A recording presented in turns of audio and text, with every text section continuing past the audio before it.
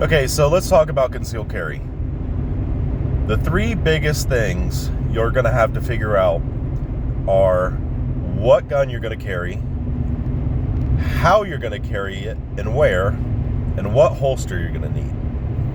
So, when I first started concealed carry, it was outside the waistband holster, I think with a Glock 19.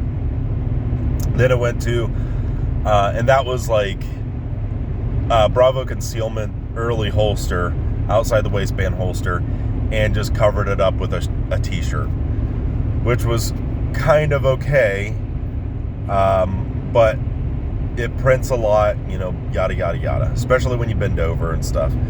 So then I went to, I think the first iteration of the Smith & Wesson Shield with a leather outside the waistband holster with a 10-degree cant, and which was actually really nice. The only problem, it only holds 10 rounds, so I'd carry like 10 rounds in the magazine with one in the chamber. So I think that's how it went. Which is a very concealable handgun, and I actually really liked it, but I sold it, and I've regretted it ever since. So then I went back to the Glock 19 to a appendix holster, and which was actually really, really sweet, because you could hold, now who was that? C&G Holsters. When I worked with a gun company, I was able to go through like all the trade shows and SHOT Show and stuff, and we carried C&G holsters, and I was able to talk to the owner and hang out with them and stuff, which was cool. But they're great people, and they make really, really awesome holsters. So I went to that. Then, so went to like the T-Rex holsters, where you can have a Glock 19 with a extra mag up front, appendix carry, and that has been my the go-to, because I had weapons lights on my handguns and stuff. So then I finally went to the Beretta 92 and the LTT, which has been super sweet, with the T-Rex holster, the appendix holster, and that's been my everyday carry for a while.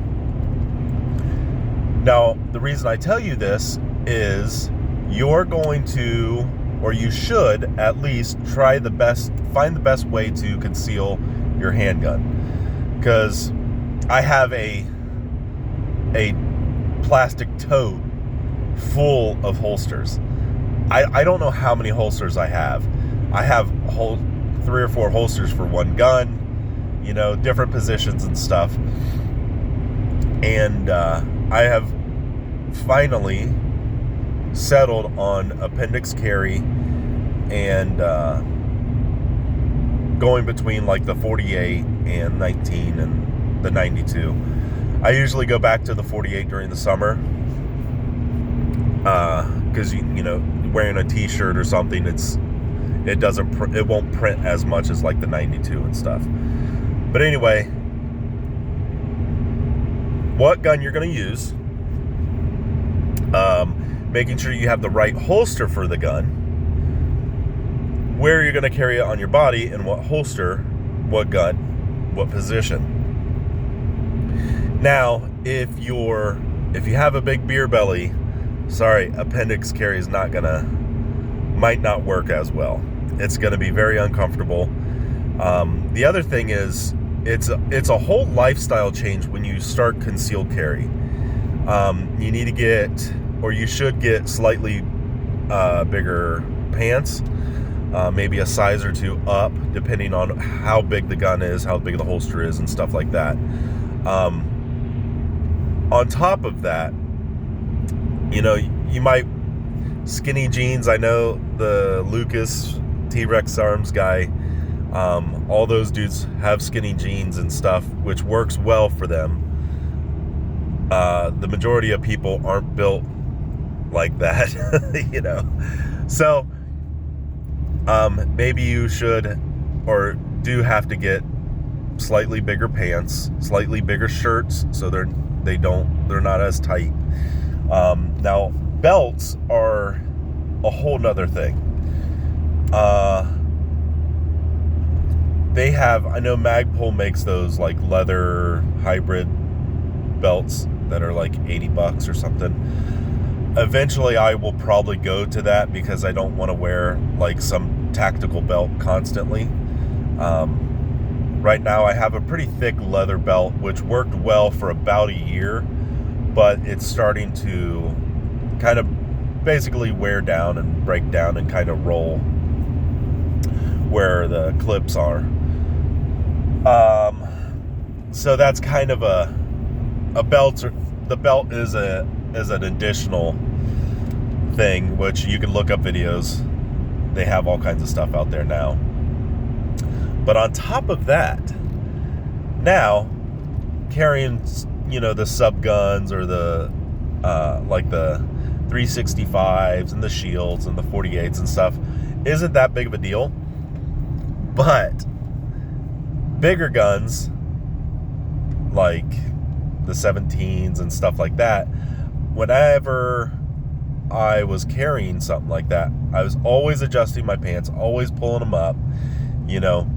So I went to suspenders, like elastic suspenders from TSC or Rural King or something, and it is a absolute game changer. Suspenders, even though I look like an old man when I wear them, I mean, even when I'm not concealed carrying, they're fine. We have a full moon once a month already. We don't need more, you know what I'm saying? But it adds so much comfort to concealed carrying, especially for me, because I don't have to keep constantly hiking up my pants and worrying about it. I get in and out of the vehicles very easy with them, with my concealed carries and with the suspenders on. So that might be a thing to start looking into. Now you're gonna have to go through a couple weeks or a month or two to figure out where to clip them on, if you want to get the actual metal clip-ons, or the hooks that hook into your belt or whatever. You might have to go through a couple iterations of suspenders too. This is a whole new lifestyle change that I didn't know and I wasn't expecting. However, I feel super weird without having a handgun on me, so I'm willing to have slight uncomfort so I can have that kind of safety net and peace of mind.